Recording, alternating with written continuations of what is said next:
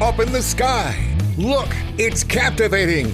It's energizing. It's Eliances Heroes. Eliances is the destination for entrepreneurs, investors, CEOs, inventors, leaders, celebrities, and startups, where our heroes in business align. Now, here's your host flying in, David Kogan, founder of Eliances. I am extremely excited. With me today is Patrick Kilpatrick. I know that you're thinking you know him from somewhere, and you definitely do, because he has been in a gazillion movies, TV, movies, I mean, you name it. In fact, he has played opposite Tom Cruise in Minority Report, because he was the person who actually arrested him in the movie. He's been in a ton of other movies. In fact, too, you could reach him at Patrick Kilpatrick. In fact, you've been beaten up or jailed by nearly every leading actor on earth that exists. I mean, you have a phenomenal background within movies. How did you even get started? Like, at what age did you say, hey, this is really what I'd like to do and have a career in it? Well, I'm very blessed because the universe kind of sent me in the directions I was supposed to go. I started out a writer in New York City and wrote for most of the magazines and the ad agencies, and then took a break to write a novel, and because I thought that's what real writers did, was write novels, not journalism and advertising.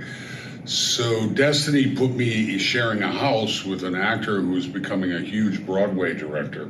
So I wrote a play that got produced in New York, and I became an assistant director and director on and off Broadway, and was asked to join theater companies as the guy who selected the plays. And then when they needed actor, a guy to wave a tennis racket or something, I would do that, and it kind of took off. And I was happy because I was grateful I was away from advertising writing, although I'm grateful for that now. But so it took off. I mean, literally 3 weeks after I started acting, I got a major film from Europe and started doing work. And of course, I still was a writer, so I started writing screenplays in '87 and founded my own company in 2005. Wow. And Uncommon Dialogue Films has occupied me in between acting gigs ever since.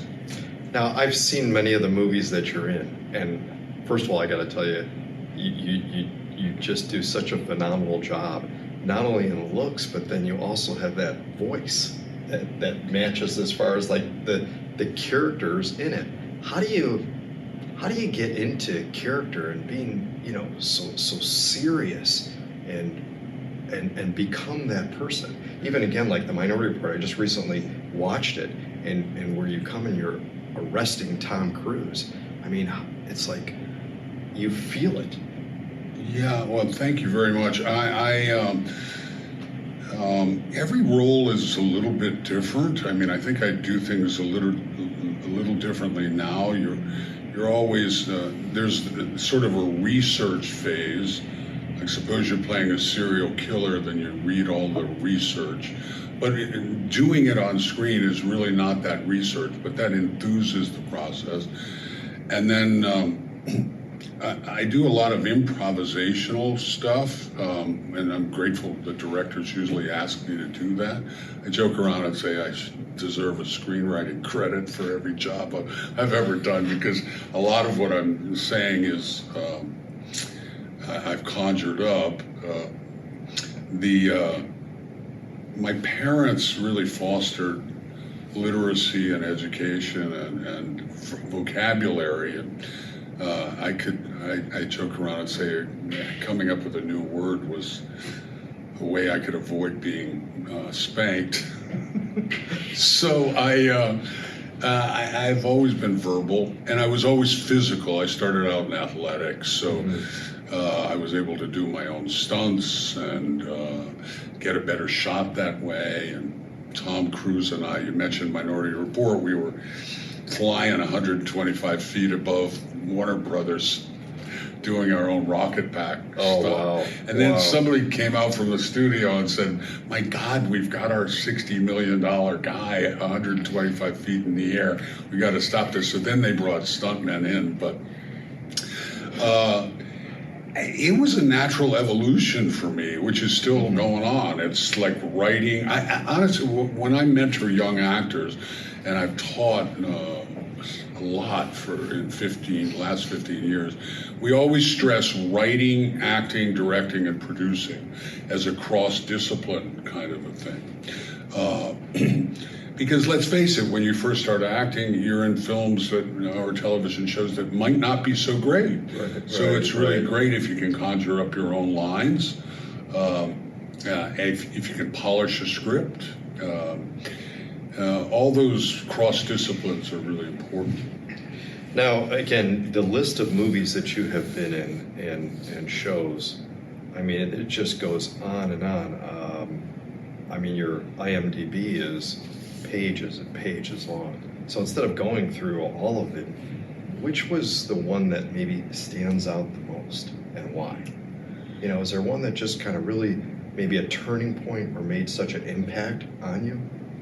You know, it's a really insightful question, David, and I want to really thank you for the experience of my first in-person Alliance meeting, and your architecture is all over it, and it's been amazing. Very much like a film experience. Your question is insightful because people ask it often, but the truth is it's kind of like kids. Which kid do you love the most? Whichever one's behaving at the time. Right. Which one is returning your phone calls? Right. I've gotten something really valuable out of every job, and for different reasons. You know, it's hard to be working with Spielberg or James Cameron or Antoine Fuqua, great visionaries like Nicholas Roeg, but you'll have a little film. Those are big studio films sometimes, and you'll have a little film, but 5 minutes after you're there, you're doing your own driving stunts, you're screaming out an Irish dialect and playing with weapons and improvising your way through it. And so every job has its value. I did a job in Tucson, Arizona years ago and found my dog at Gary Shandling. Do you remember him? Gary Shandling's mom had a pet store in Tucson. Yeah. And I ended up getting Molly, an Irish Terrier, from her. Now, the movie was significant other than just getting my dog, but there's something valuable. I mean, I've done tiny little movies, and you find some emotional thing that is really, really beneficial, not the least of which is you're usually often in very, very beautiful environments like Santa Fe or Arizona or Calgary. So horses, I mean, the horses I've worked with in Westerns have been so memorable. Have you ever gotten hurt on any of the acting? I've never really gotten hurt because, you know, doing my own stunts. Yesterday, I don't know if you noticed, I had my shirt out, but the suit I was wearing, like I'm doing a movie right now that I'm directing and producing and acting in called Dying for a Living. And I have 15 different suits. Half of them are the duplicates of the first 7 or 8, and they're extra large, so you can put these space-age pads everywhere. And there's an old saying, you always fall on the place you don't have a pad. So I have pads everywhere. So it's really by calculation and preparation. And so, you know, we've all gotten bopped. I got my nose smacked in a Jean-Claude Van Damme movie. But I've hit people by accident too, and it just happens. It's a breakdown in craft, and you don't really want that, but it happens. It's how you behave when it happens, really. Sure. You try to be gracious and just move on and just know that that's part of the game. You get windows exploding in your face prematurely because they set the explosive charge off too fast, and you're just grateful that nobody gets hurt, right? Wow. That's I've been blessed. So you mentioned about the Eliances GRANDtable, Yes, sir. which you were at, and you presented in front of hundreds upon hundreds of entrepreneurs and business people and people of all different industries, not including even people online that were watching. What was your experience like being there? I mean, you had a line as deep as could be afterwards of people that wanted to certainly meet you in that, but how was it experiencing the Eliances community? Well, my life has a very definitive purpose on a lot of levels, is to elevate other people, and also to bring the projects that my company, Uncommon Dialogue Films, we labor long and hard on them, and like children, they deserve to go to college. So I was anxious to come and to be there, to align with those people that I could serve, giving our long background in entertainment and media, and who could serve us to elevate our projects as we're going down the line. So I was extraordinarily grateful of the seating plan, because I could see that your master puppeteering had occurred, because you sat me right next to the most influential people I could have possibly been placed with for the conversations I needed to have.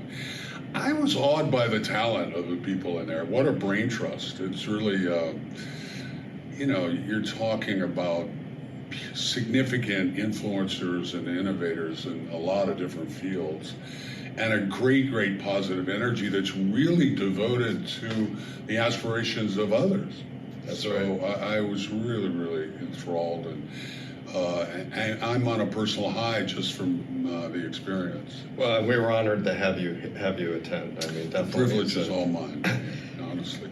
So tell me about some of the projects that you're working on now. I mean, it's constant. Like, I mean, to be in the field, it's like project after project, but now you're working on a few different projects, right? Yeah, I always call it curse of a liberal arts education.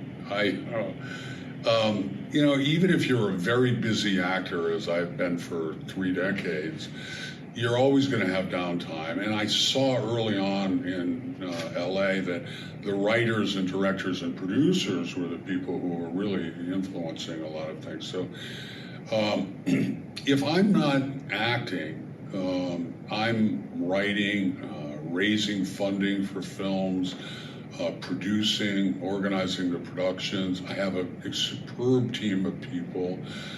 My wife, Heidi Bright, influences everything that's happening there, and is executive vice president of the company, Uncommon Dialogue Films. I'm very lucky. I have 3 films out, coming out as an actor. Liehard, a little light comedy, which is really clever, I think, and that's out. Catalyst, a movie that I did with a wonderful director named Chris Folkens, is premiering in a couple of days. And then I just did a movie with a man named Robbie Moffat, who's a director I've worked with twice before, and called Nessie, which is a family film about the Loch Ness Monster. Robbie, I said to him, what do you have else? Because I have a slate of films that I've written, but I asked him, what else do you have? Most of them are fairly expensive. And so I said, what do you have that we could do for X amount of dollars, $3-4 million? He sent me this script, and lo and behold, many of my projects involve the sea. And this was a perfect project for Arizona, Colorado, or New Mexico. So we elevated the script. We've begun attaching, and we brought it out here to Arizona. Great. This afternoon at noon, I meet with the Film Commission head. That's right.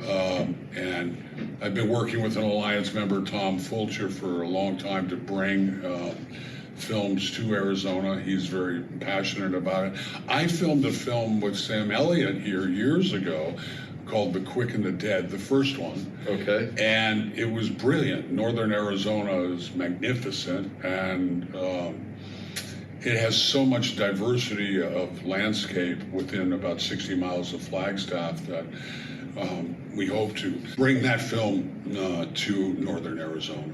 Oh, that's great. Well, Patrick, if you ever need anybody to play an extra or get shot at or something like that, I'm your guy.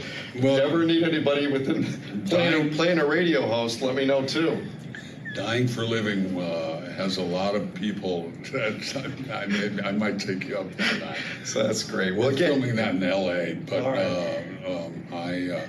I'll keep it in mind. fantastic. Well, Patrick, thank you so much. It's been an honor having you today. Make sure you reach out to Patrick Kilpatrick by going to Kilpatrick.com. And of course, you can go to Eliances.com. That's ELIANCS.com. Why, Patrick? Because it's the only place where Entrepreneurs align. That's right. Thank you so much. See you later. Awesome. Oh, this is